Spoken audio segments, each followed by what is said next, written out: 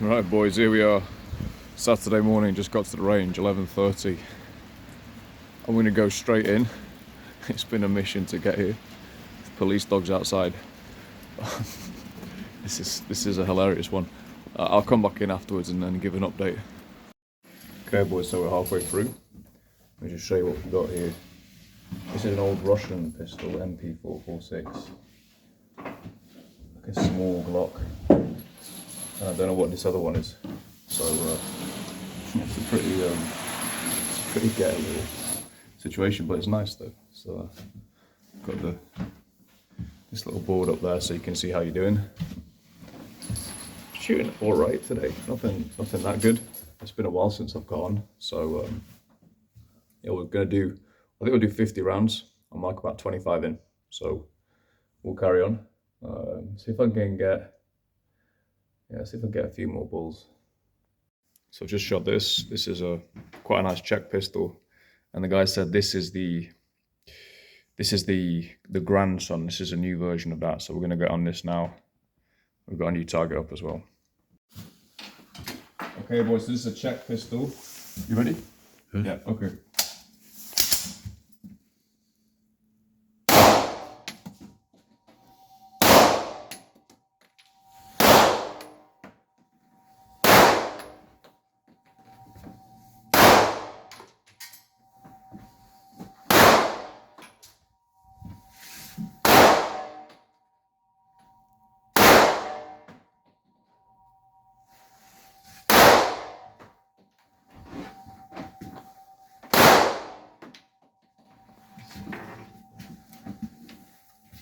It's not too bad. It's pretty much within a 6-inch grouping. I was trying to go a little bit quicker for the camera, but that's not too bad. I'll take that. Voila. Yeah, so the guy keeps his stuff in the safe. And this gentleman here, he was in the police before. So yeah, and he was just explaining to me the local made guns, which are pretty cool. Yeah, that was my first 50 there. But yeah, it's a nice little range. There's like there's a sort of tin ending on that wall. Seen different types of walls. Tin is an interesting one because you hear the rattle. There's obviously some pretty dodgy shots going on hitting that sidewall there, but yeah, nice little range. Pretty good. It's kind of a home vibe, but it's solid. What a shoot that was today. What a shoot. So I just finished over there, right on the outskirts of Lukavica. That's where the range was. Walked back through the rain. It was a classic Balkan adventure this morning. I called the guy this morning. He's like, yes, you come 11:30. It's like 10:30. Big cash. He gives me the prices. I'm like, okay, right. I'll go to get a cash and head over there. Managed to get a taxi. Anyway, so I'm just back in Lukavica now. You see the church in the background, very appropriate for the story I'm about to tell. And I get the taxi over there. It's like essentially on the edge of a forest almost. And I walk up and I'm looking around. I can't see this range anywhere. There's a woman looking out of a window down at me, and I just shout up to her. Obviously, we're mutually unintelligible. And she just points down. So I think, oh, okay, it must be downstairs. So I walk through this door. It's quite a big door, big metal door. I walk through and I see two guys in a garage. And I'm like, oh, okay, cool. Maybe these are the guys. And one of the guys comes round. There's a brand new Audi there.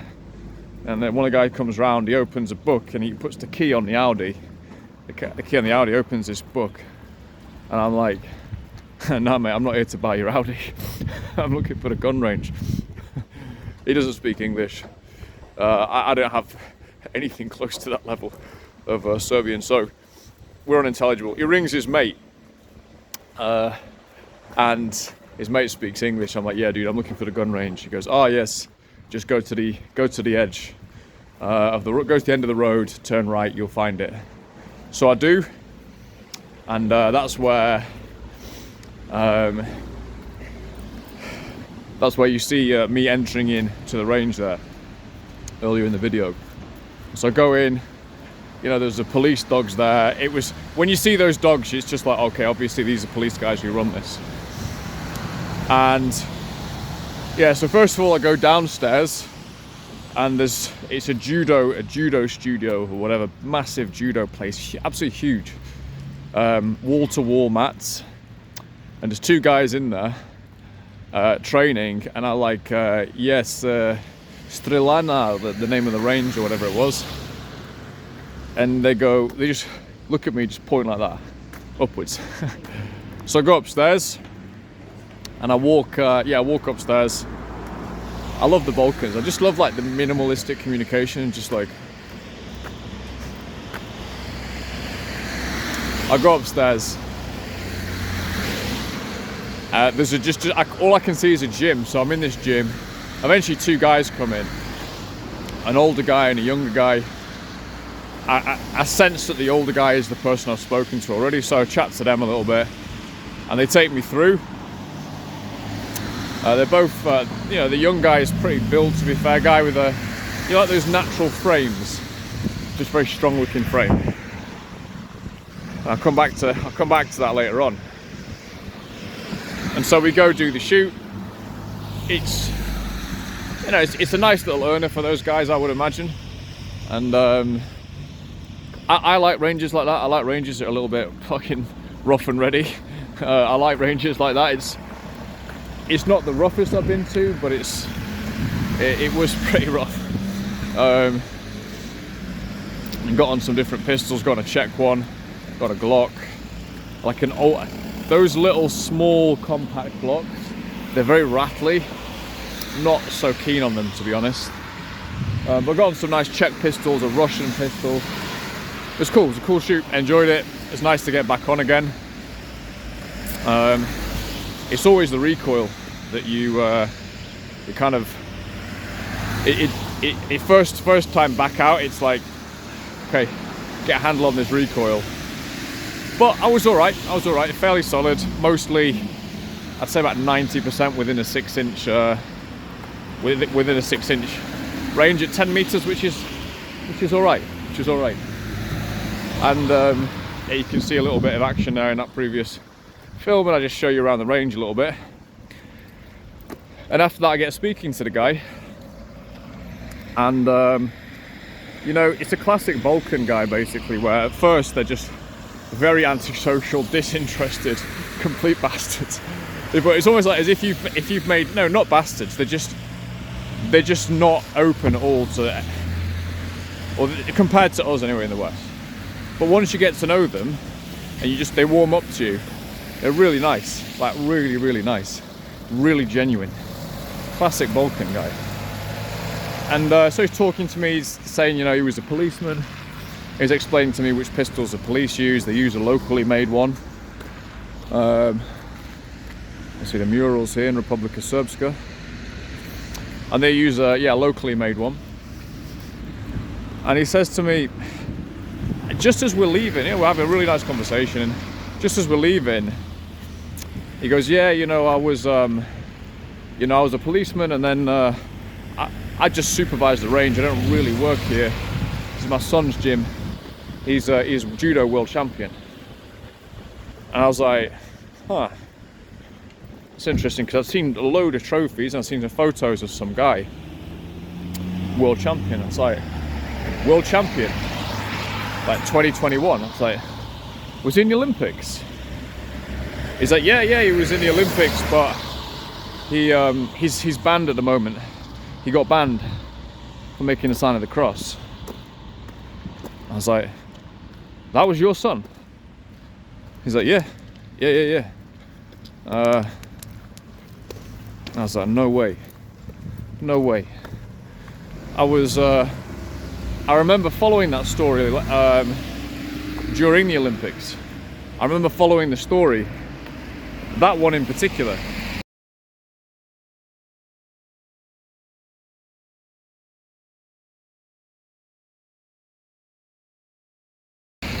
Thinking, wow, what a guy.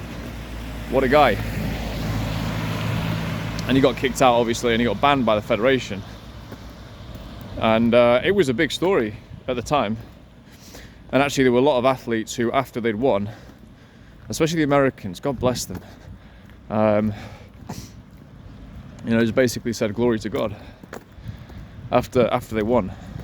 With God all things are possible. And it was obviously like a disgusting attack on the tranny Olympics as it shall ever be remembered. Disgusting, absolutely disgusting. I mean, these people, it's like, you're almost begging to it's almost as if they're begging for some insane fascist movement to come back, because that's what people are going to get pushed to. But anyway, I don't want to, I'm not going to get myself set off. But anyway, and the guy goes, yeah, for us, God is the most important thing. Judo is nothing. And this is like the world champion, yeah, with his whole life around judo. He's got this big gym, it's a great facility, 2 floors, champions and everything. And I go, wait, was that your son earlier on that I met? He took my ID and stuff. I was like, he's like, yes. I was like, oh my God. So I've met this guy who is almost, it's not quite a martyr, but it's a professional, it's not that far away.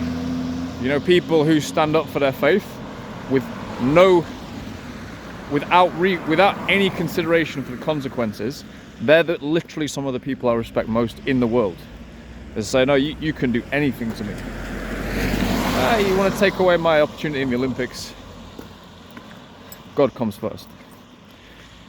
There's something about that gives me chills to think about. I was like, wow. Not just it's not just any world champion. It's amazing enough to meet a world champion in anything. But that world champion is like, he's Greek Orthodox, so I mean, it's probably a big deal in their, church as well. So I was like, wow. And the guy's like, yes, I show you around. So he shows me around and everything. I said, man, is your son here? I'd like to say something to him. And so he shows me around. Great facilities, and I'll take a few photos, which I'll put in now.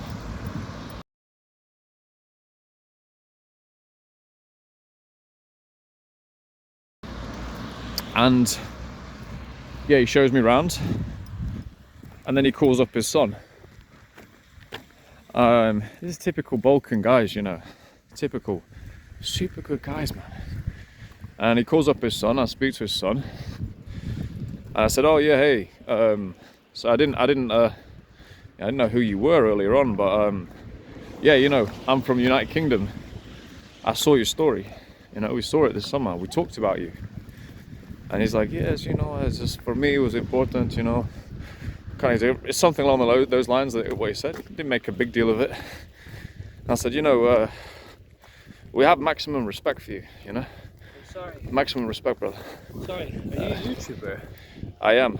Oh yeah, really? Yes. What is your YouTube channel? 1 second. So there we go. The blessings of YouTube. So a young guy here just stopped me. Had a great conversation with him.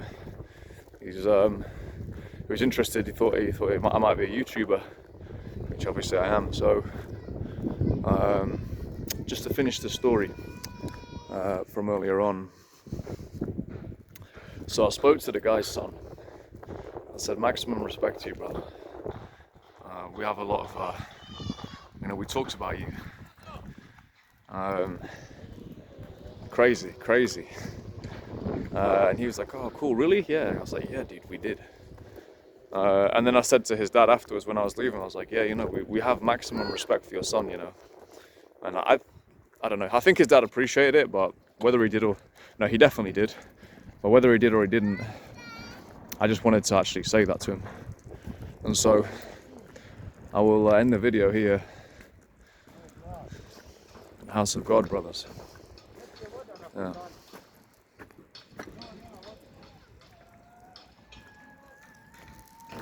On the hill here in Lukovica, Sarajevo. Beautiful place.